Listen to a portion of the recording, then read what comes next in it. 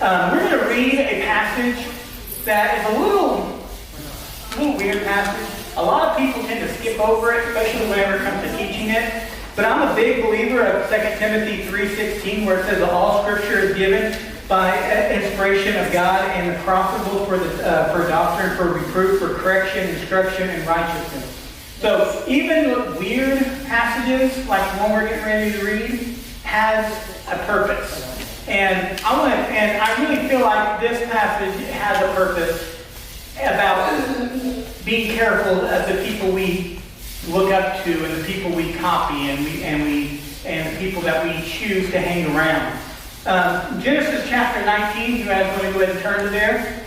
I'm going to go ahead and read it just because it is kind of a weird passage. I don't want the person reading to get all kind of like, whoa, what's that about? But go ahead and turn there, and when you get there, help your neighbor find it. You said Genesis chapter 19. This is the very front of the book. 19 chapters into it, so should be fairly easy to find. Page 12. Huh? Page 12. Page 12 if you have the same Bible as him. All right, so we're going to start in verse 30. Now, in order to understand what is happening in this passage, you kind of have to go back a little bit beforehand, but I'll give you the backstory after we read it. All right? So, it says, after Lot left Zorah, because he was afraid of the people there, he went to live in a cave in the mountains with his 2 daughters. One day, the older daughter said to her sister, "There are no men left anywhere in this entire area, so we can't get married like everyone else. And our father will soon be too old to have children. Come, let us get him drunk with wine, and then we will have sex with him. That way, we will preserve our family line. Though through our father." So that night they got him drunk with wine, and the older daughter went in and had intercourse with her father, and he, unwillingly, unaware of her lying down and getting up again. The next morning the older daughter said to her younger sister, "I had sex with our father last night. Let's get him drunk with wine again tonight, and you go have sex with him, and that way we will preserve our family line through our father." So that night they got him drunk with wine again. The younger daughter went in and had intercourse with him, and before he was aware of her lying down or getting up again. So the results, both of Lot's daughters became pregnant by their father. What the heck is kind of the story of that? Oh, that's like, what the heck? What's going on in that kind of? That's like weird, isn't it? Did anybody know that was in the Bible? That's some messed up stuff, isn't it?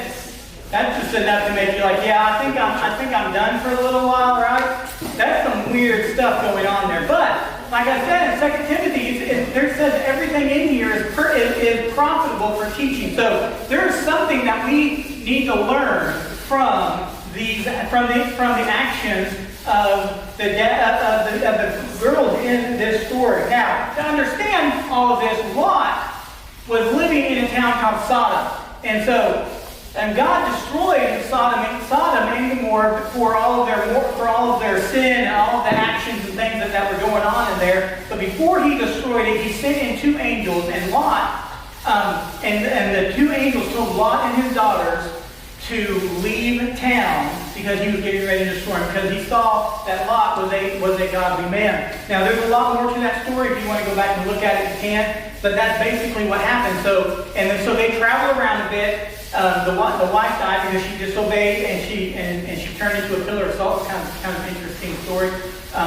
But they actually found, and the archaeologists actually found what they believed to be Sodom and Gomorrah, this a town. It looks like man-made structures that have been totally destroyed. They found sulfur rock pitted all through there. That is really cool, and it's a really neat story, and really neat how archaeologists have found and proven that story to be true. So that's just a side note. But so So they were in Sodom and Gomorrah, a town that was destroyed because of their sin, because of all of the immoral and bad things that were going on in this town. And they moved around a little bit, and that's how we got to this story. This story kind of illustrates the effect of living around sin. Not necessarily doing the sin, because like we see that Lot was found to be innocent. He was found to be a good man, a godly man, and he was allowed to leave. So Lot and his daughters were still virgins and still holding themselves pure for marriage and stuff, and that we see in other scriptures. So they weren't even partaking in it. They were just kind of living around it. So this story tells us to kind of influence living around sinful people can have on our lives, and living around the wrong types of people who are doing different things, the kind of influence that they can have on us. It was Lot was able to take his daughters out of Gomorrah, out of Sodom, so that tells us that they were living fair, that they were living right. We thought the thoughts and the actions of these two ladies they're shocking, and to say the least, right? I mean, they're pretty shocking to hear and read that they would even think about it, let alone do it. But it is a great reminder to be careful of who we are copying, who we are hanging around, who we are allowing to influence us in our lives. As we live in a culture that is just kind of crazy with all these different things. Everybody you talk to, everybody has their own opinions on things. Everybody has different ways to do things, and we live in this culture where we live in a copy culture. If we want to know how to do anything, instead of trying to figure it out ourselves, what's the first thing? If you want to know how to do something, what do? YouTube. You YouTube what? What do you say?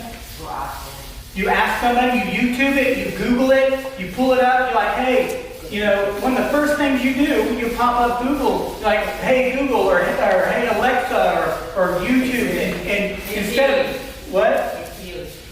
Hey Siri, you first thing you do is you start to look and see how did other people handle it, right? How does other people do those things? We live in that copy culture. We are copying a culture and we don't realize it.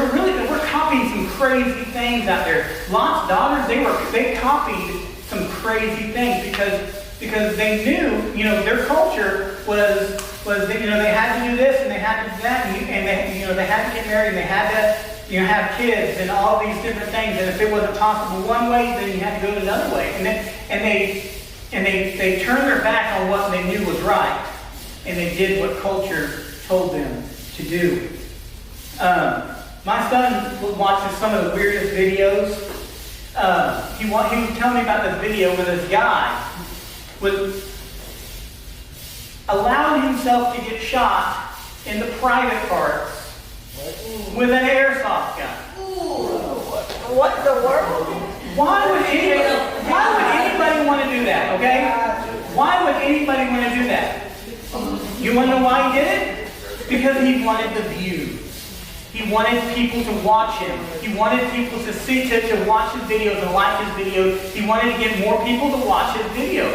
We live in that culture where, and listen, and it didn't start with him. It didn't start with him. There was a show a long time ago, I'm not going to mention the name, there was a bunch of group of guys going around doing a bunch of stupid things, hitting each other in the private, jumping off of the roof, shooting people out of cannon, and they're still, we live in this culture where we do whatever we have to do to get people to watch us, don't we? We live in this culture like I have to act this way or behave a certain way so that people will like me and so that people will watch my video. And it goes all the way back. There's the town that we grew up in Missouri. There was this bar that had this that decided they needed more people to come in to their establishment. So they held this big thing, and it was called "What Would You Do for a Sea-Doo?" Okay. And a bunch of people did a bunch of dumb things. One guy went and got a tattoo. I'm not going to tell you where. But he went and got a tattoo that said, this is what I did for a CU. But you know the funniest thing was? He didn't even win. We do so many things. We do so many things. Oh man, that guy, he's gaining views, or they've got a lot of friends. So we start to copy those people all the way to the point where we start to hurt ourselves, and we kind of lose who we truly are, right? We start to copy all of this crazy in life. We need more people to be leaders and less people following influencers. We need more people to stand up and be a leader and less people trying to influence people, or less people following people.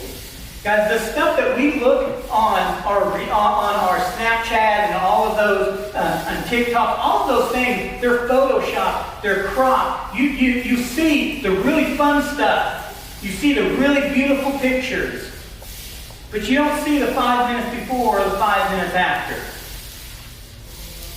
Some of my favorite things to watch is whenever they're doing these videos and they show how they got these beautiful pictures, and they're like jumping up there to take a beautiful picture above all this water. But you see the person after they jump up and this wave smacks them and knocks them down, and they're all like destroyed. And it's the funniest thing ever. But the picture's beautiful, isn't it? But in the picture, you don't see the 5 minutes after, the couple of minutes after where they get destroyed by the wave. That's what we do. We copy those 5 minutes. Or we copy those 30 seconds. We copy that 60 seconds for that picture. And we look at that person and go, my life's not as cool as theirs. I'm not doing those kind of things. But we don't realize those people are just as messed up as the rest of us. Some of them, they'll come out and be like, I've got depression, or I've got this, I don't even know how it's all this. We look at them and they're just as messed up. They're putting it on a picture, putting it on a face, and we're trying to copy that person who doesn't even want to be who they are. They're making that person up as well. Michael Jackson. Anybody know who Michael Jackson is? The king of pop, right? One of the greatest music artists in history. People copy him to this day. He's been gone. He's still making money for his families after his passing. People are copying him all the time. There's a Christian artist, Corin Wells, who's been called the Michael Jackson of Christian music. People are always copying Michael Jackson. They want to be like him. They're like, oh man, he's so cool. But Michael Jackson, he was unhappy. He was paranoid. He was suffering from depression.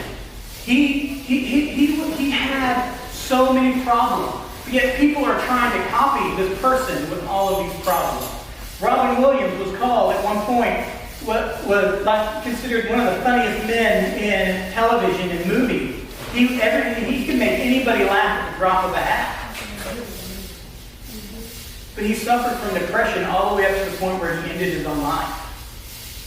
This man who made everybody laugh couldn't even make himself smile.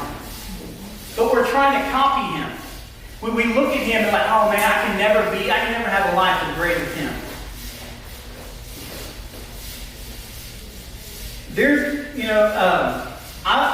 Anybody ever watch superhero movies? You guys know what the MCU is? If I say the MCU, do you know what that is? The Marvel Cinematic Universe. Okay, one of my favorite scenes in the Marvel Cinematic Universe is this one right here. Will you play that video, Stephanie? Everywhere I go, I see his face, and the whole world is asking who's going to be the next Iron Man. I don't know if that's me happy. I'm not Iron Man. You're not Iron Man. You're never going to be Iron Man. Nobody could live up to Tony. Not even Tony. Tony was my best friend. And he was a mess. He second-guessed everything he did. He was all over the place. The world is a mess. It changed. It is a mess. What it says is right today is not right yesterday.